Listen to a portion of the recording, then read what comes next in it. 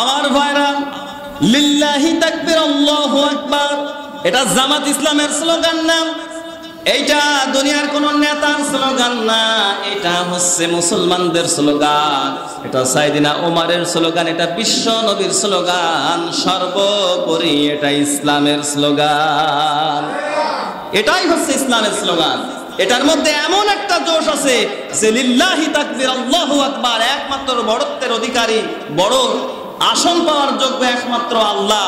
এই বক্তব্যের ভিতরে ইমানদারদের তেজ, তার ইমানি গুণ আরো অনেক গুণে বেড়ে যায়, ঠিক কি না? এই জন্যে লিল্লাহি তাকবীর, আল্লাহু আকবার এই ধ্বনি শুনলে কাফেররা ভীত সন্ত্রস্ত হয়ে যায়, তারা দুর্বল হয়। আমি দেখেছি আমার বাস্তব জীবনে, আমি যখন বিশ্ববিদ্যালয়ের স্টুডেন্ট ছিলাম, সেখানে কত বামরাম মুসল্লারা যখন দাড়িওয়ালাদের বিরুদ্ধে অবস্থান নিত, লিল্লাহি তাকবীর, আল্লাহু আকবার স্লোগানের সামনে তারা অনেক লোকজন নিয়া, সরঞ্জামাদি নিয়াও এরপরেও দৌড়ে পালাইতো, কারণ আল্লাহু আকবার স্লোগানের মধ্যে একটা আলাদা শক্তি আছে। সম্মানিত ভাইরা, আজ দলদাম যাই করি সেটা নাই বললাম, কিন্তু মুসলমান যদি হই তাইলে নারায়ে তাকবীর বা লিল্লাহি তাকবীর, আল্লাহু আকবারের ব্যাপারে কোনো প্রশ্ন থাকতে পারে না। সম্মানিত ভাইরা, আমরা সর্ব অবস্থায় আল্লাহর বড়ত্বের কথা, ওয়ালিতুকাব্বিরুল্লাহ, আল্লাহর বড়ত্বের স্বীকৃতি দেব যে মাবুদ গো, তুমি সবার চাইতে বড়, তোমার চাইতে বড় আর কেউ হতে পারে না, ঠিক কিনা? আরে বেটা, যদি জালসায় যদি স্লোগান দেওয়া না যায়, রাজনৈতিক মঞ্চে যদি না দেওয়া যায়, যদি অন্য কোন সমাবেশে যদি লিল্লাহি তাকবীরের স্লোগান না দেওয়া যায়, তাইলে আল্লাহু আকবার বলে যে নামাজ পড়ি, এখানেও তো জয় বাংলা পড়ে নামাজ পড়া দরকার।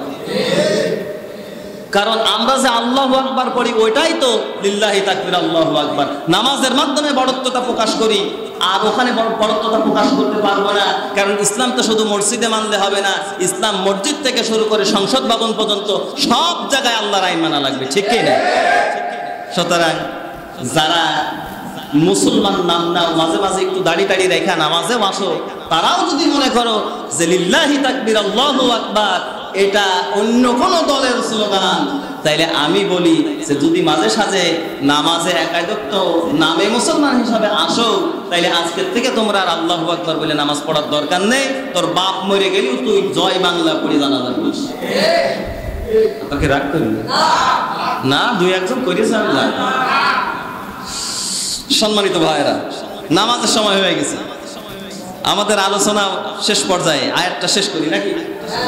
বিরক্ত হচ্ছেন?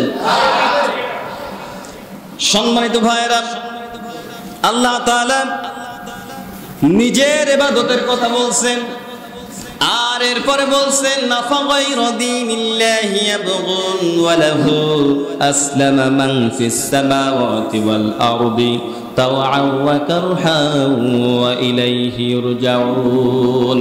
আল্লাহ বলছেন ইচ্ছাই হোক আর অনিচ্ছাই হোক, পৃথিবীর সব কিছু আমি আল্লাহর কাছে আত্মসমর্পণ করে নিয়েছে।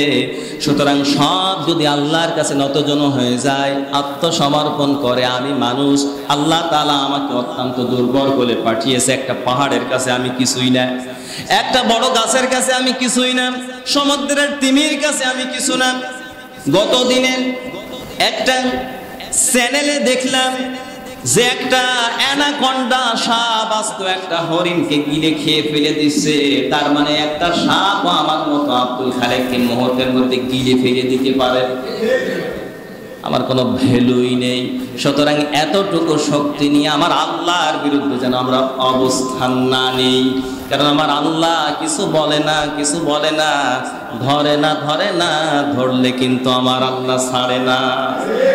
ইন্না বাতুশা রাব্বিকা লাশাদীদুন ইন্নাহু হুয়া ইউবদিউ ওয়া ইউঈদ ওয়া হুয়াল গফুরুল ওয়াদুদ যুল আরশিল মাজিদ।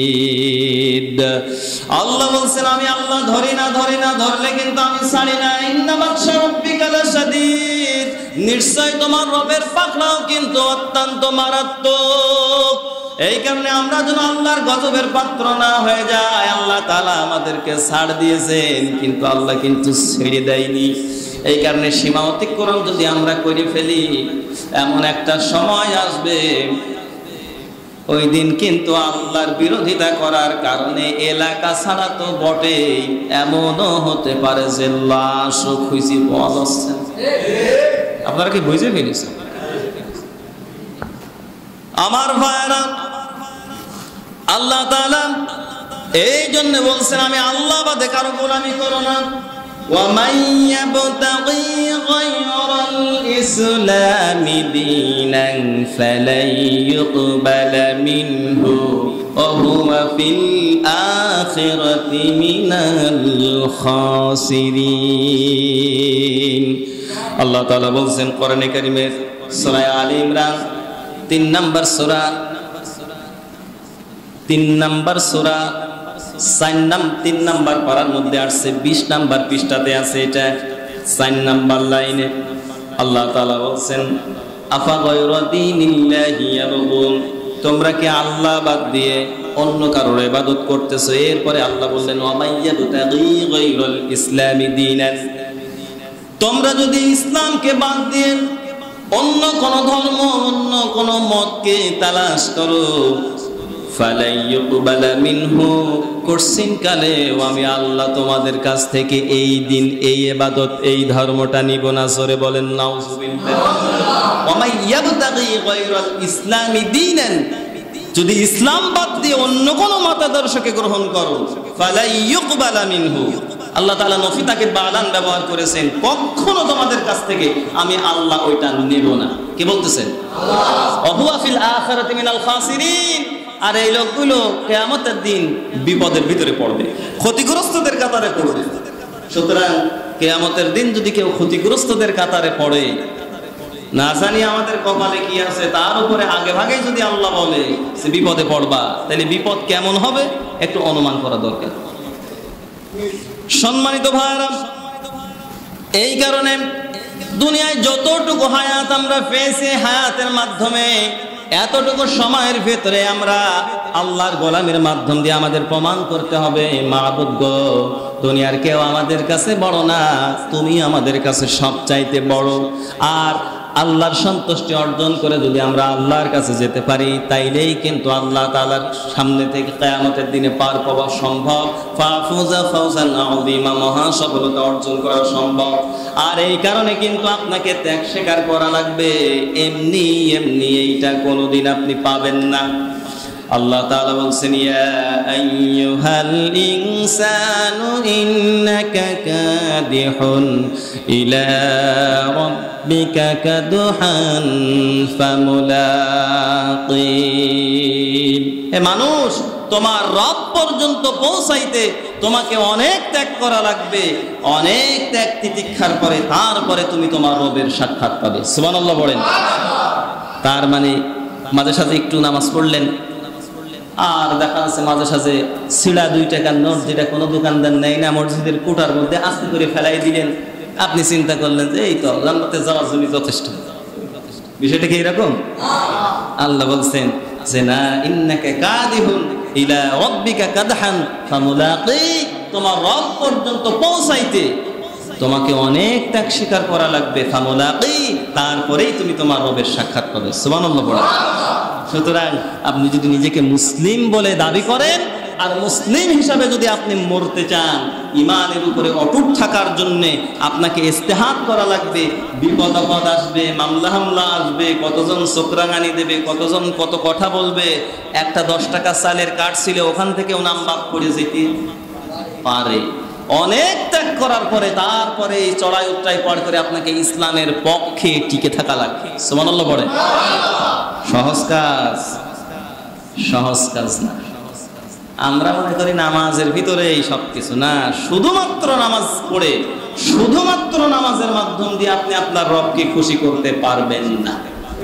কারণ শুধুমাত্র নামাজের মাধ্যমে যদি আল্লাহ আপনাকে জান্নাত দেয়, তা আব্দুল্লাহ বিন উবাইয়ের দোষ কোন জায়গায়? ওর জুব্বা সাইজ, টুপির সাইজ কম ছিল না। নামাজ আমার মতো আল আমিন সাহেবের মতো ইমামের পিছনে, আল্লাহ নবীর পিছনে নামাজ পড়েছে 5 ওয়াক্ত। এমনকি তার খড়িগিরি এমন ছিল, কিতাবের মধ্যে আসছে আল্লাহ নবী যখন মসজিদে নববীতে ঢুকতেন তিনি সাহাবীদেরকে অ্যালার্ট করতেন, এই সাবধান, রেডি হও, আল্লাহ নবী এখন তোমাদের মধ্যে আসতেছেন। সুবহানাল্লাহ পড়েন। খড়িগিরিও কিন্তু কম করে নাই, কিন্তু আসল জায়গায় ছিল তওবা। আর আমি আমার গবেষণায় দেখেছি বাংলাদেশের মুসলমানদের অবস্থা অনেকটা ওই রকম। কথা বলছেন এখানে সবই ঠিক আছে, কিন্তু জায়গায় নেই। এই জন্যে ভয়কে জয় করে ইসলামের পক্ষে থাকা লাগবে। রাজি আছেন ইনশাল্লাহ? আলহামদুলিল্লাহ, আল্লাহ যেন তৌফিক দেয়। পড়েন আমিন।